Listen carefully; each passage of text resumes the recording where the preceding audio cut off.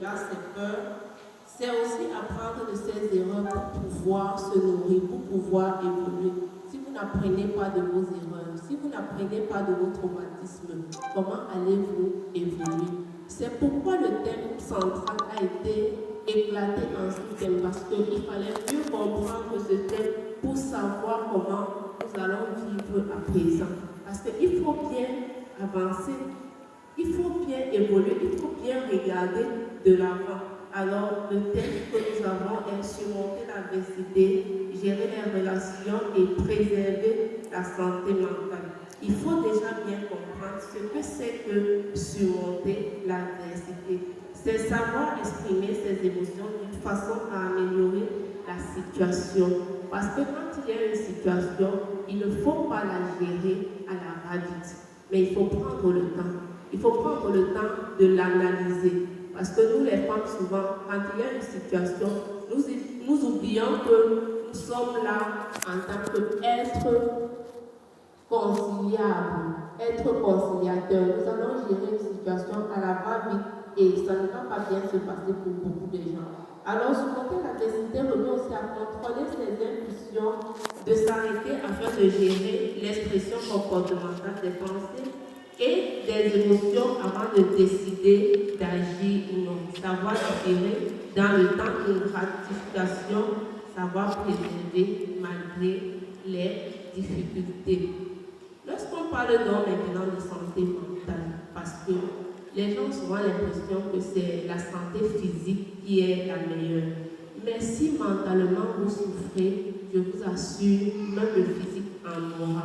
La preuve, lorsque vous êtes malade, vous arrivez à l'hôpital, vous êtes bien accueilli. Avant même que le médecin ne vous prescrive un médicament, vous vous sentez déjà guéri. Mais quand vous arrivez et qu'on vous met à côté, on commence à crier sur vous, on ne vous dit rien, vous ne savez pas par où commencer. Cette situation empire même encore sur vous et vous pouvez rapidement vous rapprocher de la mort. La même chose que ceux qui sont par exemple séropositifs, lorsqu'ils ne sont pas au courant de leur situation, ils vont très bien.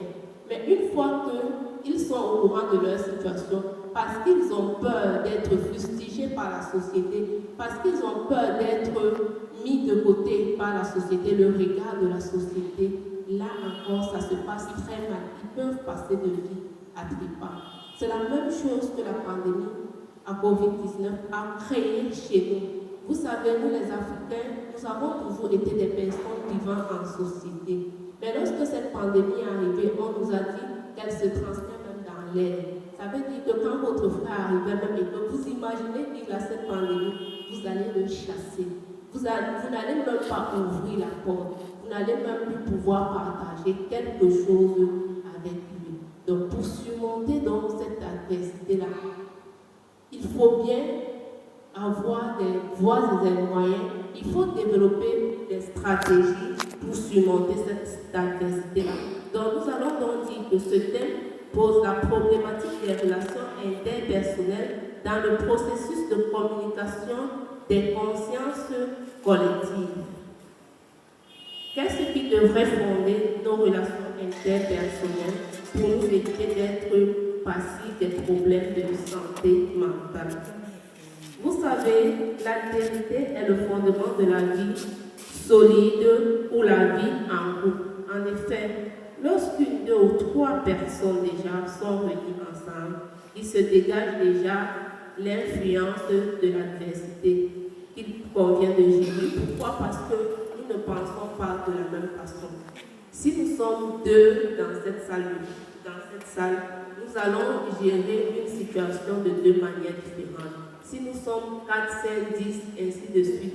Parce qu'en fait, l'homme a une historicité qui est différente de celle de l'animal. Donc, l'homme évolue ainsi que sa pensée.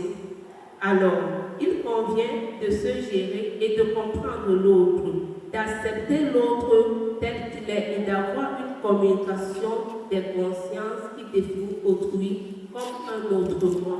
Parce que si vous n'acceptez pas autrui comme un autre moi, vous n'allez jamais pouvoir gérer une certaine adversité. Même même votre intégration dans la société ne sera pas facile. Vous allez vouloir chosifier l'autre que vous appelez autrui, alors que vous êtes aussi en train de vous chosifier vous-même.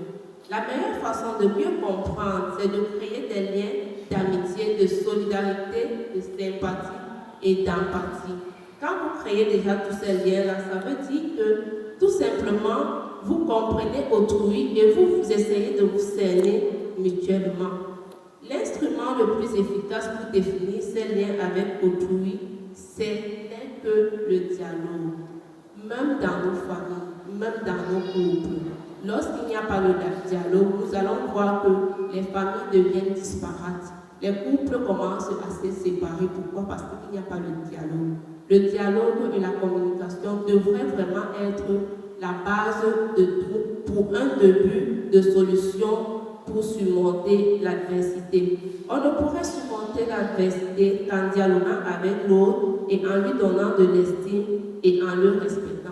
Quand vous voulez, vous attendez que l'autre vous donne du respect. Quand vous voulez que l'autre vous estime, mais faites de la même chose par rapport à l'autre. Parce que ce que nous attendons de l'autre, c'est ce que nous devons aussi remettre à l'autre.